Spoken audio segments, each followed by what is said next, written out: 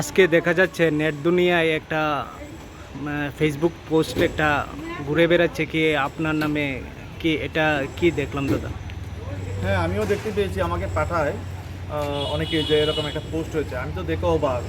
তো এটা যে চক্রান্ত, কারণ আমার হোয়াটসঅ্যাপে দেখতাম নোটিফিকেশন আসছে না। তারপর দেখলাম যে গতকাল একজন আমাকে ছবি পাঠিয়েছে। তো আমি ছবিটা দেখার আগেই সিন হয়ে যাচ্ছে, মানে তখন ভাবলাম যে হোয়াটসঅ্যাপটা কিছু একটা হয়েছে। তারপর দ্বিতীয় বিষয়, আমি ফেসবুকেও পোস্ট দিয়েছি হয়তোবা এরকম হ্যাক হয়েছে আসল বিষয়। কিন্তু তারপর আজকে দেখলাম একটা পোস্ট, যে পোস্টটা নেট দুনিয়ায় দেখা যাচ্ছে। তো সেটার জন্যই আমি এখানে ক্রাইম ব্রাঞ্চে এলাম কমপ্লেন করার জন্য। ব্যক্তিটা কে তার জন্য আমি ক্রাইম ব্রাঞ্চে কমপ্লেন করেছি, এখন এফআইআর করব। তো এখানে দেখুন, সবচেয়ে বড় অবাক করার বিষয়, যে পোস্টটা করেছে সেটার মধ্যে যে চক্রান্ত, এটা একদম ক্লিয়ার।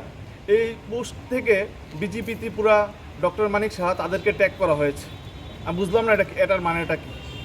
যদি কোনো কিছু থাকে তাহলে তো তাদেরকে ট্যাগ করার প্রশ্ন আসে না।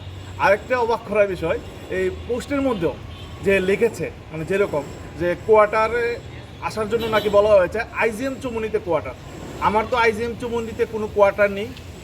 তো এতেই বোঝা যায় যে এটা একটা চক্রান্ত করে আমাকে দুর্নাম করার জন্য।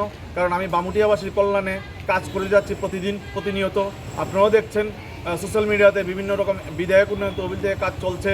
তারপর বিভিন্ন অঙ্গনওয়াড়ি স্কুলের আমি পরিদর্শনে যাচ্ছি, বিভিন্ন কাজ পরিদর্শনে যাচ্ছি।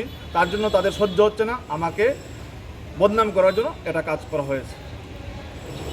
তো এখন কি কি পরিকল্পনা, কি অ্যাকশন নেওয়ার পরিকল্পনা বলতে, আমি তো এখানে সাইবার ক্রাইমে এসেছি।